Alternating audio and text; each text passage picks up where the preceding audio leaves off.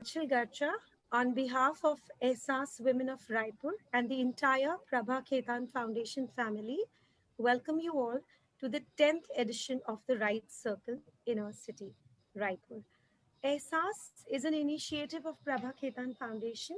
It is a conglomeration of women from all walks of life who contribute in their own ways and inspire others for the betterment of the society.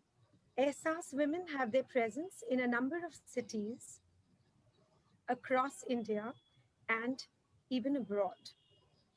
ESAS is contributing to Prabha Ketan Foundation by being a strong local body arm for the foundation. Prabha Ketan Foundation has worked relentlessly over the years to promote literature, arts, and culture and bring it to the forefront of our society. The foundation has its presence not only pan India but even abroad. The Right Circle is one such initiative of the foundation that aims at bridging the gap between an author and his or her readers. The Right Circle is presented by Sri Cement in association with Hyatt Raipur and brought to you by ESAS Women of Raipur. For today's Right Circle, we have with us author Meha Dixit. Miss Meha Dixit has a PhD in international politics from Jawaharlal Nehru University. Her thesis is titled Human Security and Post-Conflict Reintegration of Child Soldiers, Disarmament, Demobilization, Reintegration Programs in Mozambique and Sierra Leone. She has worked with Amnesty International and Save the Children organizations. She has also taught at Kashmir University. She's an expert on peace and conflict studies, and she wanted to analyze the process of reintegration and hence the PhD on the subject. So, apart from Miss Meha's personal journey, we will also be delving into her book, especially Peace of War. Peace of War is a culmination of over a decade long field research in conflict and post conflict zones. It also incorporates interviews of Rohingya refugees along the Bangladesh Myanmar border at the refugee camps. Through real life narratives of people in war torn zones, this book attempts to uncover the human aspects of war, exhibiting the extraordinary resilience humankind possesses and its ability to cope amid despair and destruction. The book is a raw and bleeding portrayal of hope and strength. In conversation with Ms. Meha today is Dr. Pooja Tripathi. Pooja is doctor, author, and a politician, and we're very fortunate to have you with us, Ms. Meha and Ms. Pooja. Ms. Pooja has been working extensively on gender rights with non-profit organizations and with the governments. Presently, she's working with women panchayat leaders to develop female leaderships at the grassroots level through her organization, DERA. Am I right, Pooja? It's DERA, Yeah, right? yeah, dear. So, without any further delay, over to you, Pooja. Thank Thank you. you. Thank you, Anchal. And I thank the SAS Women of Raipur for this interesting conversation because I'm duly impressed by your work, Meha. It's the canvas is so huge, the mosaic of the incredible stories of resilience through post conflict and conflict zones. Somewhere I heard that war is not about the people who leave, who have died, it's about people who are left behind. So I think your book aptly portrays the life and journey and the whole everyday struggle of those people who are living there. I'll start with what drove you to write this. Was it because of your PhD? Because I've studied global affairs and never would have imagined, living in conflict. I've just heard that it's a decade-long research and living in conflict zones, experiencing their trauma, the trail of death and destruction in person. What drove you to write the book? Okay, so firstly, thank you so much. Thank you for having me here. Can you hear me? Am I audible? Your Okay. Um, it's during my research, during my MA, MPhil days actually. That was the time, when Sri Lankan war was waging. okay. And there was this whole question of what happens to child soldiers? What happens to their reintegrations?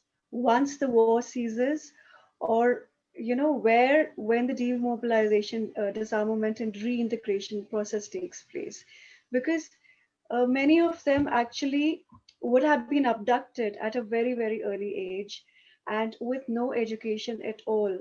So those were the questions in my mind. And then I chose to, do my PhD on the same topic on reintegration of child soldiers. And after completing PhD, I've been traveling to different conflict zones, beginning with Maoist areas in India. So it was Orissa, it was Chhattisgarh, it was Andhra Pradesh and Orissa border, Jharkhand. So several such areas. And I really wanted to understand, what is it like to be amidst militarization? It's basically militarized violence, how people cope with it, how, they actually find hope living in such a situation. So these were the questions which were going in my mind. And that's how I, decided that I need to work on these topics. So initially it was with beginning with children in conflict, and then I broadened the whole canvas to include civilians or people who live there, you know, in every day, how they experience every day. Okay. Mia, what I see in politics, I work with women politicians and women at grassroots, that women always come as a unit, you know, they come in a unit of family, they come in a unit of their children and all. So when you were studying child soldiers, they're in the whole, in the post-conflict zones, what was being, I have two questions actually, maybe it's interlinked, maybe they are separate, we want to take it up ahead, that how was it as an experience as a woman yourself and living in areas where death is just strung by a thread of fire, and also how were the women soldiers there? I want to know the the female aspect, the womanly aspect of it, if you could elaborate on So are you talking about the women combatants or women in general or both? women in general, also your experience being a woman, and because I'm sure there will be very few women out there studying the post conflict zones.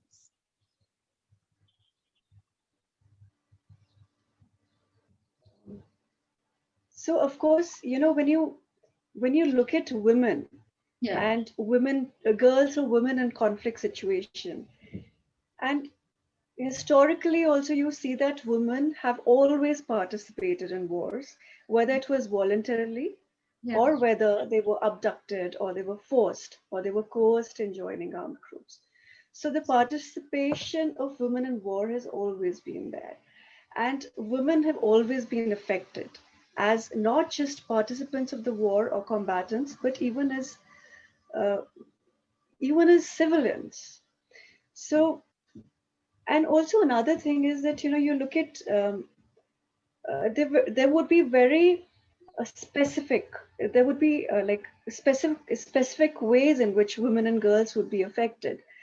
And what happens very often in conflict situation is that there are times when orthodox, uh, you know, the rules, or even whether it's an armed group, or whether a society, if you're looking at the Taliban regime, for Yeah. instance, so the general orthodox gender roles may get reinforced. There have been situations like that. So it becomes very difficult for women in these situations, of course. And also, the whole thing of even sexual abuse, because very often they experience sexual abuse more than men. Whether you're looking at Afghanistan, whether you're looking at Syria, whether you're looking at Rohingya refugees. And there have been times where, in certain conflicts, uh, in fact, sexual abuse has been used as a strategy of war. So Yeah. it wasn't really the individual cases per se, or it wasn't just the girls who were, abducted to be part of the armed groups. It wasn't always that. It was always, if you look at Rohingya crisis, for instance, the recent I'm talking about. So in that, rape, sexual abuse has been used as a strategy of war. So these are certain things women are confronted with.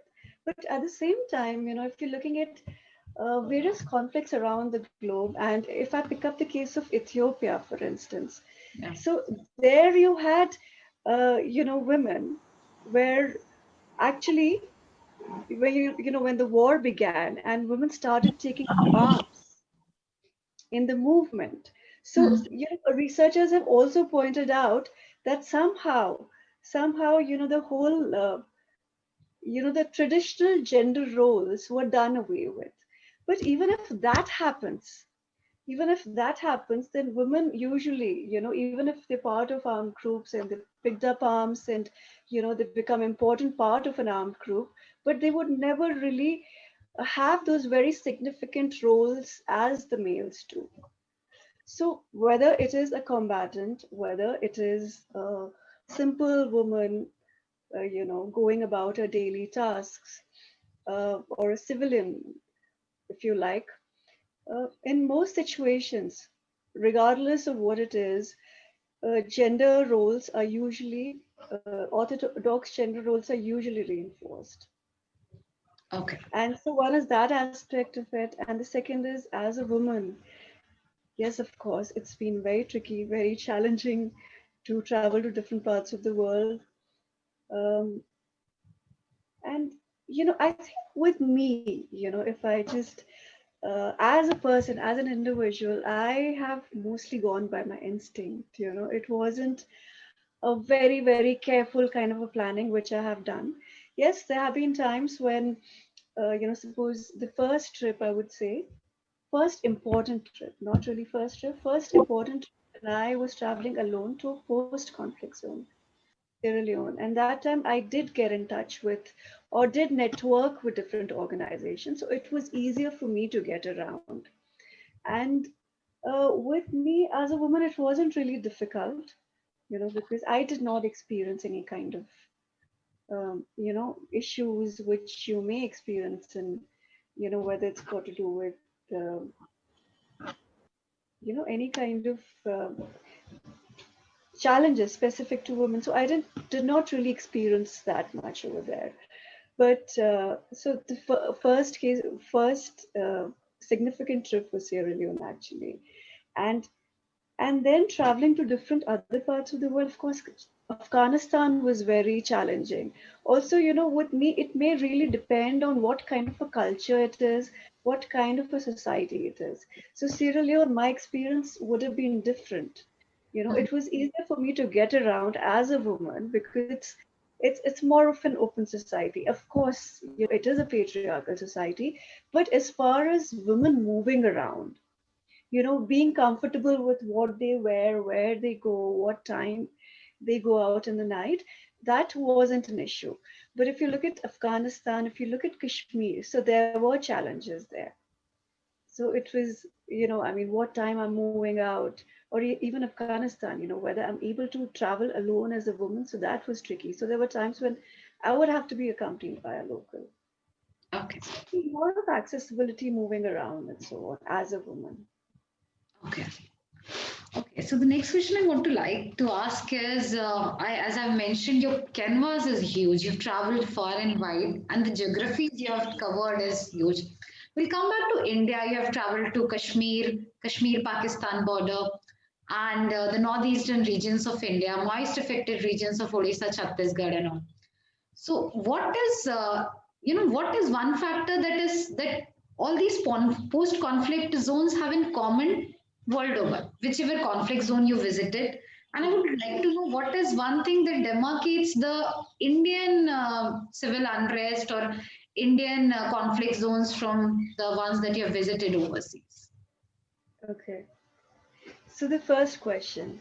Yeah, So you saying what is it which is common, like a common thread running through all conflict exactly. zones across the globe? Yeah, So, one thing which I found in all conflict zones, I would say, is regardless of what the situation is, most people, unless, it's an extreme case of yeah, mental health and, mental, uh, so unless it's that, I've seen that people across different conflict zones, despite the suffering, despite the violence, despite militarization, try and go about, daily lives as much as they can. Yeah. So this is something I found common. And, they find mostly I see that they would say that we are used to it. So this is the common thing I would hear across all conflict zones is that, if I would ask them, how do you cope with it? They're like, we're used to it. And this is not just in one area, but this is across. Another thing is that at the same time, also in the same breath, people have told me we're tired of it. So there is, in a way, a contradiction. They say that they've adapted, they're used to it, but at the same time, you see there's this fatigue factor which is also there, and so basically, and mostly, I see that people usually somehow try and be resilient, try ways to cope, and try and find meaning to one's life mostly. So this is across different conflict zones. So I hope this answers your first question. Yeah. Yeah. Yeah. And the second one, I'm sorry, you What mentioned is about India's specific feature of the India. complex? To India, right? You said? Yeah. Okay. So I think again, India, again, different conflicts have different of course, there are different root causes of those conflict. It could be related to culture, it could be related to ideology, it could be related to poverty, lack of development, backwardness, and so on. So in Maoist eras, it would essentially be related to, poverty, lack of development, and specific issues which are, if you're looking at the issue of tribal land and so on. So these are the issues which would be specific to the Maoist areas, and this I would say, and across different Maoist areas I've traveled to. But if you look at then again Northeast, it would again, it has to do with identity. A lot of conflicts you see in the Northeast, or which have been there in the past, mostly they've been related to identity. So their identity, different ethnicities, and so on. Then there have been separatist movements over there in the Northeast. So these, then again, you have a different kind of causes in the Northeast. Then if you're looking at Kashmir, then Kashmir is very, very different. Again, it's not, uh, while, I mean, although, I mean, the whole talk of, I don't really want to get into the politics of it, because I'm looking at the human aspect, and that's what I've actually looked at even in my book. But here I wouldn't say that it is just really, it's just about India. Here you do have, okay, you have another party, you have Pakistan here. And then I would say that you also have the Kashmiri leadership, which is very crucial. And again, it's got to do with identity, it's got to do with territoriality. So all these issues. So in India also, I can't really club them all and say that, yes, I mean, treat them as a monolith and say that, okay, these are the causes. Each conflict in India would have a different root cause. And then, of course, then coming to uh, maybe distinguishing these conflicts from other countries are, again, like, if you're looking at Afghanistan, it's got to do with the whole thing between the conflict between the Taliban, the government forces. There's so many other militias. Then of course there's the involvement of Pakistan, and also involvement of other countries. You're looking at, you have NATO troops and other troops, from different parts of the world. So you have all of that in Afghanistan. Then Lebanon, and it's a different kind of, I mean, now it's no longer at war really. I mean, it got over a couple of decades back. But then again, it had its own causes with a lot of militias related to the religion, related to, different identities and so on. Yeah. So in India, I wouldn't really call it a monolith. I would say that there are specific causes. It could be related to poverty, development, identity, territoriality, ethnicity, and so on. Okay. Because I remember I traveled to POK once for a documentary, and I lived with a local there, and I attended a wedding, and I was talking about, how their tomorrow looks like, how their future looks like. And I distinctly remember this Hamid and Abdul Hamid telling me, "हम बिना मुल्क के बाशिंदे हैं." You know, there's no one for us. We are neither India, not still not getting into the politics of it. I'm talking about the human aspect of it. They're saying that they're nationless. They don't belong to anyone, and that's the biggest tragedy of their life. That really struck with me. That really stayed with me. You're talking about the Pakistan side of Kashmir, right? Okay, that is the disputed part of because Yeah. both Yeah, fighting. I know. Yeah, I kind of refrain from using the word occupied and controlled on both Yeah, sides. and just yeah, Good not to get into the politics of it. Yeah. yeah. Let's not get into it. Yeah, that's so true. So true. So yeah, we are in the middle of a global pandemic where the international relations, the conflict areas, everything has undergone a massive change. Our new normal is isolationism and our territorial integrities. So how do you think post-pandemic world will affect the post-conflict zones? Okay. Yeah. I think we shouldn't even think of post, Hmm. right? I think it's the present we should be thinking of But because somewhere, at some point, yeah, no, at some point we'll have a vaccine, and some point we'll realize that everything else is inconsequential. All our tensions, all our conflicts, and all our what do we say? All our strifes are everything is inconsequential. I'm talking about the post-pandemic world. We are in the middle of global pandemic, and we expect to come out of it in a year at max. So, do you think you have lived through these conflict you zones? Do know, you think it will affect?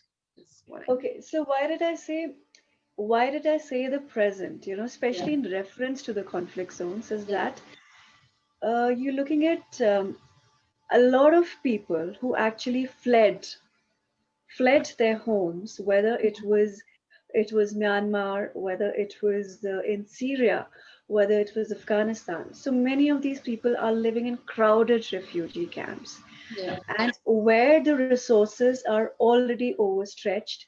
Basically, there's lack of adequate resources to begin with, Yeah. and also medical facilities, barely, not much of medical facilities. And with the pandemic, then this is precisely why I'm saying we need to look at it now, because you're also looking at the whole talk of social distancing, right? Hygiene, and but how can it happen in those crowded refugee camps?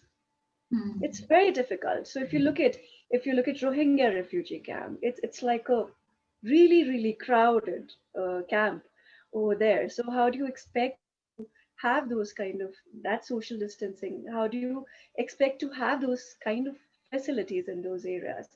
And not just in refugee camps. Even if you look at the areas, you look at areas in Syria, for instance, which have been affected by conflict, or if you look at areas in Myanmar, or if you look at areas in Afghanistan which have been affected by conflict. Already, with the bombing, with the shelling, with the firing, and so on, lack of infrastructure, lack of those facilities. So I see a very, very, honestly, a very grim situation out there. And not just the future, of course, future we need to talk about, but present, I find it extremely grim. And that is why I feel that it is really important for the international community to really focus on the conflict zones amid this pandemic. Okay. Okay. I think that's very correct statement to put forward to. Also, we have been talking about the grim realities and the trauma, destruction, everything.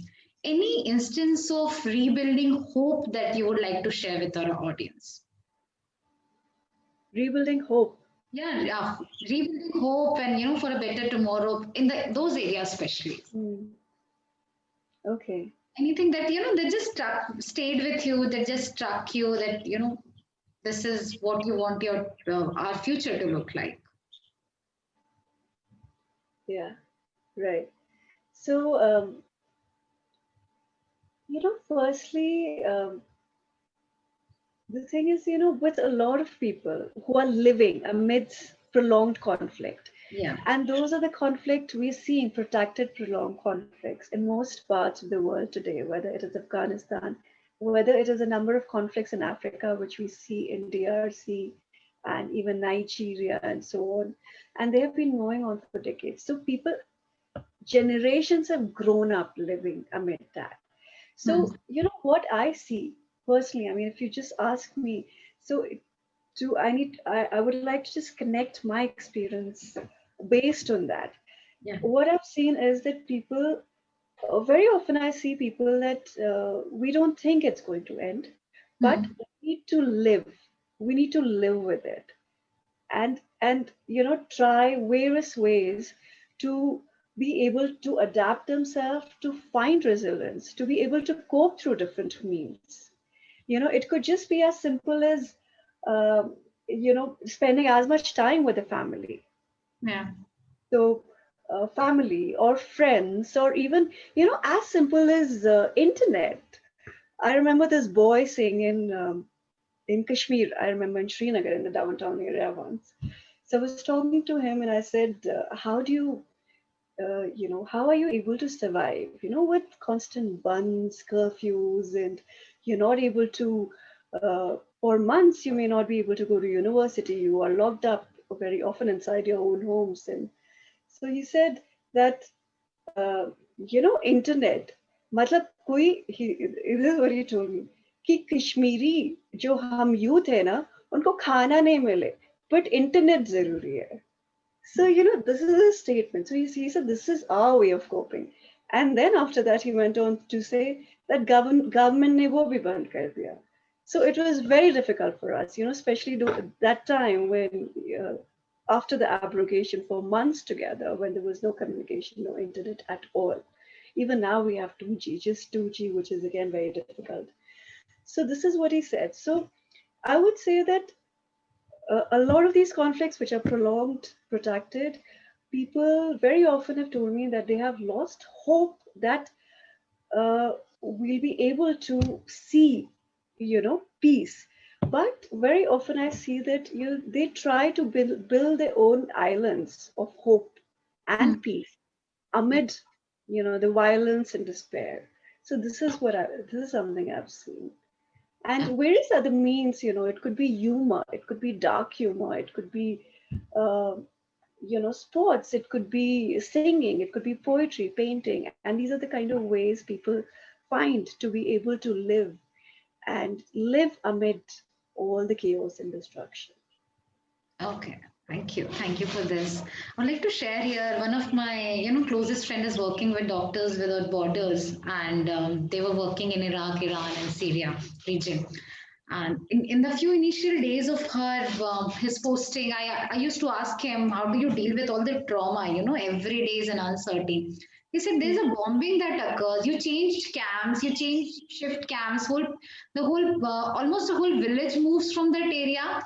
And then one day he happens to be called by the kids of the tent, and he said, what's happening? They said, movie night hai. And then there was this Shah Rukh Khan movie with Arabic subtitles, and people were Okay. dancing to it. And he said, there in the middle of the night, shifting camps after a bombing a day before, I saw the biggest reason for hope is music and dance and an imaginary actor for them. So that is something, I also believe that people do find ways to keep going. Life is all about keep going. So, Meha, so just I'll wrap up this session with asking what next? What are you working on next? Honestly, very honestly, I think I'm really emotionally and mentally overwhelmed to actually think of anything right now. Okay. It's been like almost a decade, over a decade actually. And I think I'm here in the mountains with my family, Yeah. away from the pollution and everything, and just taking time out to figure out what will be next. Okay. So there's a lot of painting, there's a lot of music, singing, and writing, Yeah, and I read reading. So somewhere you that's, paint also. yes, I wanted to be a painter actually. So what is your what do you say canvas of painting? What do you like to paint? Is it nature, portrait, You know, landscapes? very often it's been very often what I try to do, it's like stream of consciousness, which I very often use. Okay. And suppose I have this creative, that urge to kind of paint, so I would just take a paper or something, and there are thoughts in my head, and I would, it's like stream of consciousness, how you have in writing. So I often do that, and even colors, the kind of colors, depending on my mood, what I would like to use. And sometimes then there's an image which is created, or something which is created, or at least I like to think that. But yeah, so mostly it's been like that. But because of so much of time which has actually gone in this, I haven't really been able to give a lot of time. But now I'm thinking I would be spending more time painting and you know. So what else than painting? What is Meha like in personal life? A painter, writer, and I like music. I love music, so I play guitar a little. that's nice. That's really nice. And I sing a little. Yeah, I'm not really. It's very bass. My voice is really bass, so I can't really, take it really high. But I like to kind of do that. So it's more bluesy, jazzy. So I like, that kind of singing, and I like to wherever I travel also. Like for instance, I traveled to Sierra Leone, and I would do my research in the morning, Hmm. daytime, and then I had joined African drums classes and piano classes. So See, you yeah, were you were a face of hope too amid all these, you know. I'm sorry. You were a face of hope too. We were talking about hope a while back. You were a face of hope, you know, drumming and learning new crafts. But it's like jack of all trades, it seems. know. So not really an expert in any of these, but yes, I mean these are the things I like to do. So I Okay. like to be creative as much as I can. Okay. So, any message to the young girls and women out here who want to tread the uncarved path? You know, something interesting, something that's not really common. What we say. I would say that one shouldn't really be afraid of taking risks. True. So Totally. that's one thing, I would like to say that, uh, and I feel that I know it may sound like a cliche, but that's what I always have done. I've always followed or listened to my heart more than my head. Okay. So this is something I've always believed in and going by instinct. So of course, listen to your heart. Don't be afraid to take risks, and a lot of hard work and commitment towards whatever you do. So I think these are things I would like to really convey. That's really good to say. So, we have a question from Deepsha. Um, so, I have a question for Shrishti first. That will I take the questions or somebody from the SAS group will take? Shrishti, Um, can you hear me? Yeah. Yeah, yeah. hey, hi. So please feel free. You can also take up the No, questions. no, please, please. I'll just listen. I'll just. All right, sure. Yeah. Yeah. So we have a question from Deepsha Dhal. Yeah. She asks, India is one of the few democracies that does not have a refugee protection law. We term asylum seeker as illegal migrants. Where do you India where does India ranks in terms of international standard for protection of these vulnerable groups? Okay. Okay, you're talking about the refugees, for instance, you're talking about Rohingyas and so on, right? Yeah. So, okay, honestly, I haven't done, I mean, I have studied if because I'm looking at, I have looked at Rohingyas and so on. So I have, uh, not really gone in depth into the refugee crisis in the country, but because, with conflicts, refugee crisis is, of course, it becomes a part of it with people fleeing and so on. So I would say that, of course, in India, uh, the situation of refugees is quite vulnerable, especially if you're looking at Rohingyas. And I mean, I would also like to add that, with the current government in power, the kind of laws which they are trying to introduce, so it becomes more and more difficult with the migrants or with the refugees, coming into the country, and the kind of protection which because with Rohingyas you don't really see, and those are one group of refugees, which vulnerable group of refugees we have in the country. So can So, I add, there's a group of Tibetan refugees too, if Deepsha would. Yeah, right. Yeah, I'm Yeah, sorry. they are, Deepsha. I think we do have we don't have an asylum protection law, but we do have a category of citizenship of refugees naturalized who stay for a particular period of time, and Tibetan refugees come in that category. And I think that has been one of the greatest humanitarian effort taken by any country. We actually took asylum the whole region, whole country of Tibet. So we can pat our back on that, and we can also criticize our government on the CANRC law. That's I feel. yeah, we have another one It's from been very Deepsha. selective. Oh, sorry. Okay. Yeah, No, please, please, please continue. yeah, No, no, no, no. I'm saying also kind of selective in, who, when you're looking at refugees, probably. Right. yeah. Yeah. So we have another question from Deepsha. She's asking, you have also worked with Amnesty International and other international organizations.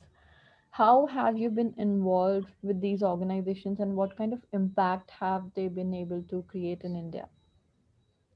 I'm sorry, the first part. I'm sorry, I missed the first So part. she's asking, you have also worked with Amnesty International and other international organizations. How have Right. you been involved with these organizations and what kind of impact have they been able to create in India? Okay. In what capacity I have been involved? Is Yeah, it? that's That's the right. first question. Okay. So, two major international organizations I have worked with are Amnesty and Save the Children also. And Amnesty, this is like way back, over a decade ago, I was working with Amnesty. And I was working on the economic, social, and cultural rights essentially. So I was looking at displacement, I was looking at rehabilitation and housing and social and cultural rights and right to prior informed consent of the tribal communities and so on. So that was my work with Amnesty International.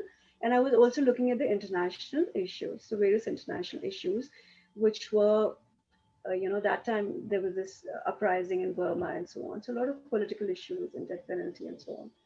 And in Save the Children, it was in 2014. I was working in Jammu, Kashmir, and Ladakh.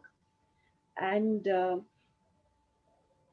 basically to begin with, because it was the time of floods over there. So we began, like when I reached there, so first it was about relief, rehabilitation and aid for the locals over there in different villages. So traveling to different villages for aid and so on.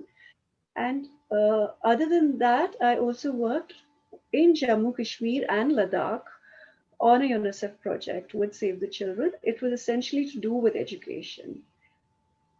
So we're looking at education of children and model schools, and we had those kind of different projects which we worked on. And as far as the impact of Amnesty is concerned, Amnesty or these organizations is concerned, is I feel that if you're looking at Amnesty operating then and Amnesty operating now, because it's basically about human rights. For them, it was human rights violations essentially they're looking at.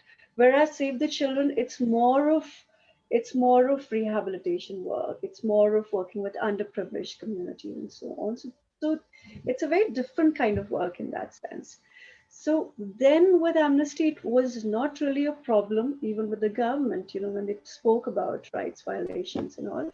And we did work, and somehow, we were able to work effectively, uh, campaigning and talking about spreading awareness about different human rights violations. or human rights issues in different parts of India. So not just Delhi, but even traveling to different parts in India. So we did that.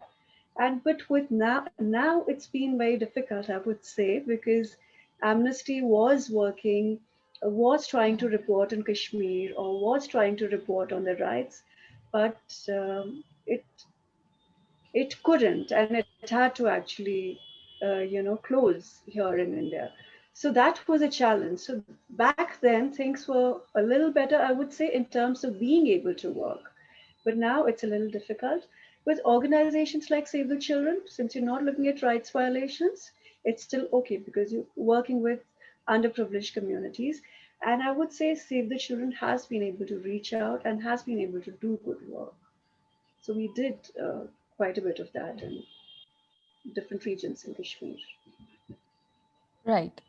Mm, we have another question from Nidhi, and she asks, your personal experience in conflict zone. How did you manage to cope with the traumatic imprint that are left behind after a long stint interacting with people who have been long traumatized for apparently no fault of theirs?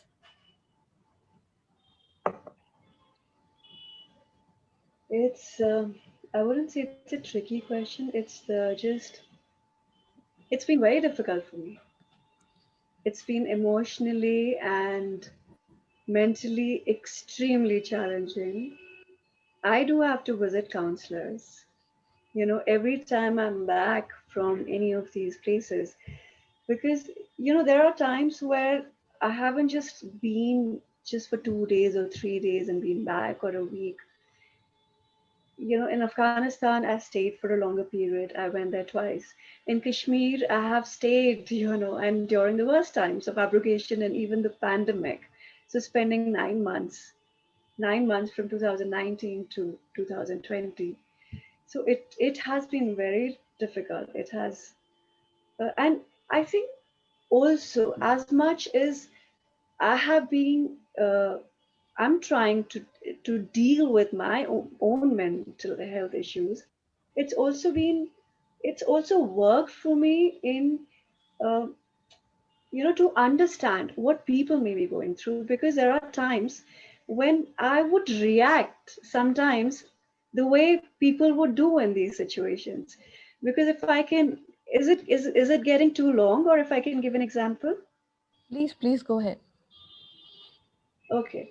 So I remember in Afghanistan, when I was there, so every now and then there were suicide bombings, and once it was really close to where I was staying, and it was actually the place I was supposed to be in. But fortunately, I didn't go that time. And, after a point for me, suicide bombings were just like accidents. So I started treating them like accidents. It's like I'm in Delhi. So if I have to die because of an accident, I'll die. Or if I have to live, I'll live. So for me, suicide bombings were that basically. So also uh, I mean, through this whole experience, probably I'm in a way to, at least to a certain extent, able to understand what people may be going through. Yeah. We have a question um, from Siddharth, and the question is, um, this is a fine session and a wonderful contribution by the author. How can one write about conflict differently? Are they are there limits to academic prose when it comes to communicating the life worlds of conflict? Should storytelling take other forms? Can you repeat that? I'm sorry. So he's saying, how can one write about conflict differently? Okay. Are are there limits to academic prose when it comes to communicating the life of the conflict, or should storytelling take other forms? I mean, I think he's Other asking forms in what sense? um, if the life in the conflict area could be communicated through storytelling, maybe. Yeah, I think that's the Yeah, Other right. narrative forms? yeah, Yeah. yeah. Okay. So, okay, is it to do with academic research and vis-a-vis being in the field and telling, getting to learn about the conflict through storytelling or through narratives of people who are actually there. Is that the thing? Yeah. Yeah, that's the thing. Um, so I find like having traveled to different areas and also reading a lot of academic literature on conflict, I feel that it is really for a researcher. I feel it's really important to combine the two. If I'm looking at any kind of conflict situations, so also if I academic research also would be really important to understand the different conflicts which are there, maybe the causes and the kind of experiences also of different conflict zones and so on. But I feel that storytelling is a very, very crucial part of it, because, and especially if you're looking at the human aspect of it. And also, very often when I was doing my MPhil and PhD, there was a lot of talk of collective suffering or collective experience in conflict zones and in anthropological research and sociological research. So I read a lot about that. But when I traveled to these areas, I felt that although collective suffering, collective sense, because very often different communities and conflict zones may come to identify as a community. So their pain, they may not say it as individual pain, they may actually see it in a collective sense. But at the same time, I feel that it's way more nuanced, and I feel that, and that is why storytelling and the personal narratives, or what can be termed as the unique individual reality of a certain person comes in, where uh, I think one should also be able to understand what an individual is trying to say, because regardless of belonging to a certain same community, or if it's a case of a woman being a female, or belonging to a certain ethnicity, the experience of that particular person may actually be different, and even the reaction to that situation may be different. So that is why I feel storytelling and narrative is really important. So of course, you know academic research and all that, but the current academic research, which is very frequently focused on collective suffering, collective sense, a collective sense of belonging to a certain community, it is important. But at the same time, I think it would be really important to study individual cases, and even following them up.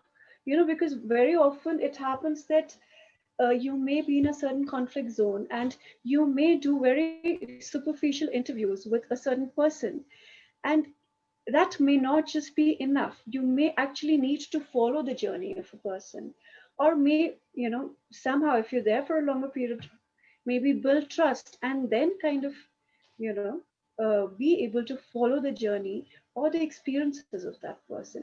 So I think that storytelling and those individual narratives are really, really important to understand the nuances in conflict zones. Okay, so another question is from Saniara Khan, and she asks that you have studied and experienced war and sufferings related to war, and amongst Afghanistan, Kashmir, Myanmar, Northeast India, among these four areas, where do you think sufferings or which areas are affected the most? Personally, as an individual, as a researcher, I feel that suffering cannot be quantified, or I feel that suffering cannot be even compared sometimes. Also, it's a very relative kind of a term. It is a very loaded term, yes, but it's also very relative. Also, I think it would also really depend on an individual, because the capacity of an individual to deal with a certain kind of uh, certain kind of experience, certain kind of negative experience would actually differ from person to person, and also uh, the reaction and the coping, both would differ. This is something which I've seen. And but at the same time, something very interesting which I've seen is that there are people in certain conflict zones who may say that our suffering is actually greater, to the suffering of those people.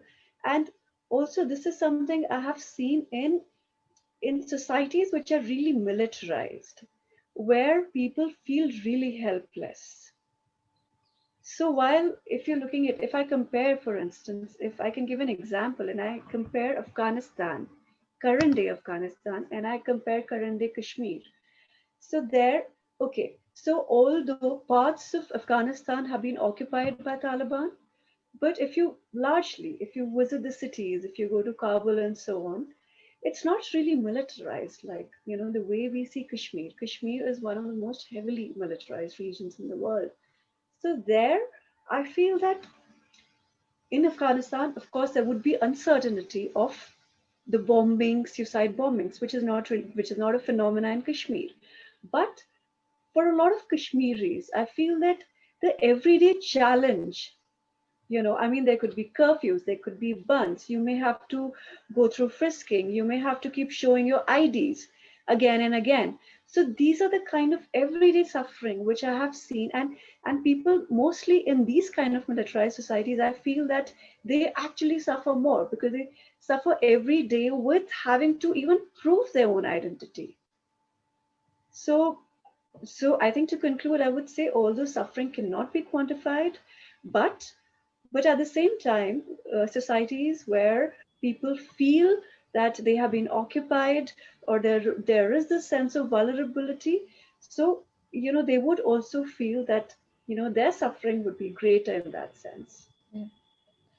So we have a question from Anchal Garcha, Ehsas, Raipur, and Okay. she's asking, your journey has been incredibly hard but a crucial one.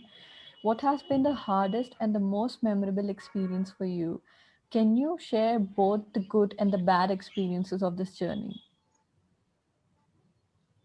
Okay. What has been incident? So she's asking, what has No, been the I mean an incident. yeah, yeah, incidents. Okay. Okay, there are too many, but now just one if I can pick up. So I remember traveling to Afghanistan, and what had happened is that there's this. I had decided to go to the Pakistan border, and this is Pakistan border towards Nangarhar, which is Torkham and Landi Kotal. And so initially, I'd actually planned to take a private taxi, but I was staying with this local family, and they suggested that it's better that you take a public sumo, like how you have, public sumos very often you see in Kashmir also. So, and I was going with a local because I possibly couldn't have traveled alone. And I was independent. I mean, I was not with any organization or anything. So I was advised that I wear hijab, I wear a long robe, and I take the public sumo along with Ahmad, a local actually. So okay, I got dressed and everything, and it was I think around 4.5 hour journey or something, and we had to also cross Lagman and a couple of other places, and parts of which were occupied were Taliban and also ISIS, Islamic State. So anyway, I mean, I was all dressed and Ahmad and all. We set off to the public this thing, the stand, and the entire journey I had to be quiet because I was advised not to speak at all. If I had to ask anything or if I wanted anything to eat or to drink, I should just communicate through gestures. So anyway, we reached Jalalabad, and there's this director of an NGO. He was kind to, facilitate my whole research trip. And so what had happened is that since I couldn't do any interviews, it was 4 in the evening. So I asked him if I can step out. He said, no, you can't because Jalalabad is on high security alert and you're an Indian national close to the Pakistan border. So you cannot. So if you want anything, just, tell Ahmed. So anyway, the next day we decided. So the first thing, I'm sorry, I have to mention this. So the first thing, we're sitting, Ahmed and the director and me. So he's like, okay, now the first thing we'll have to decide your nationality. Like, really? So he said, so, talking about, can you be from Nepal? No. Bhutan, this, and understand, trying to think friendly, which country has friendly relation with Pakistan, or is fine when. Uh, anyway, it was decided that I'm a Bangladeshi. Now, the second thing was that where am I going to stay? Because I'm close to the Pakistan border and I cannot reveal my identity. And if I stay in any guest house, I would have to show my passport. So, next few days I spent in the training hall of the NGO. So it was pretty challenging, that way. And then traveling to Pakistan border then, which he initially didn't agree, but I put my foot down, pleaded. I say, I'll do whatever, I'll just dress or I won't speak. And so anyway, finally the car were arranged, the vehicle was arranged, and I wasn't supposed to reveal my identity. And I remember so there was one male and one female doctor and Ahmad. So we were all going towards the border, Landikotal and Torkham border. And he said, and I was just absolutely quiet, sitting in the middle, and uh, and they were talking about Indians. And suddenly I said, you know, I'm Indian. And Ahmad looked at me and he's like, you're not supposed to reveal your identity, he whispered. And it was a very dramatic, how you see out of those Afghan old films, Indian films, that आप चिंता मत करो आपका राज हमारे साथ रहेगा. We would not reveal your identity. Yeah, so traveling and passing through those villages controlled by Taliban and ISIS. So it was very interesting at the same time, pretty challenging. Yeah. So I think we have come to the end of the session. I would like to invite Anchal Garja SR's Raipur to do the vote of thanks. Okay. Very good evening once again, everybody. So, I'd just like to take a moment and extend my sincerest thanks to Prabha Ketan Foundation for curating such invigorating literary events. I thank Sri Cement Limited for their pivotal role in promoting our socio literal traditions nationwide. Thank you, Hyatt and Mr. Harkaran Singh from Hyatt Raipur, for your continued support. Your virtual presence also means a lot to us. And a heartfelt thanks to you, Miss Meha. Thank you so much. You were a total delight to listen to. Rather, it was an eye opening, heart wrenching session, I should say, to hear these stories and the state of refugees, especially in our own country. I particularly, it was an eye opener session for me, especially because I was not really aware of a lot of things.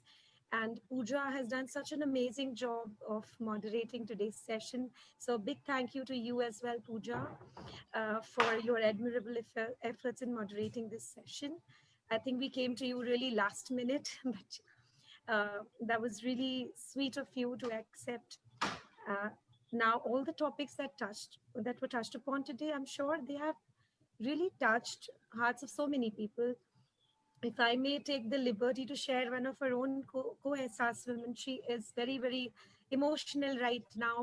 And, Neha, I just want to tell you, you've really not just enlightened her audience, but even touched their hearts. The work you're doing is amazing. I would really like to read your book now. And last but not the least, I must express a deep gratitude for our ever interactive and rapt audience. Thank you so much for your time, everybody. Today's session has been a memorable one. So until we meet next time, I'd like to say bye from Thank all you the so SRs much. women of Raipur.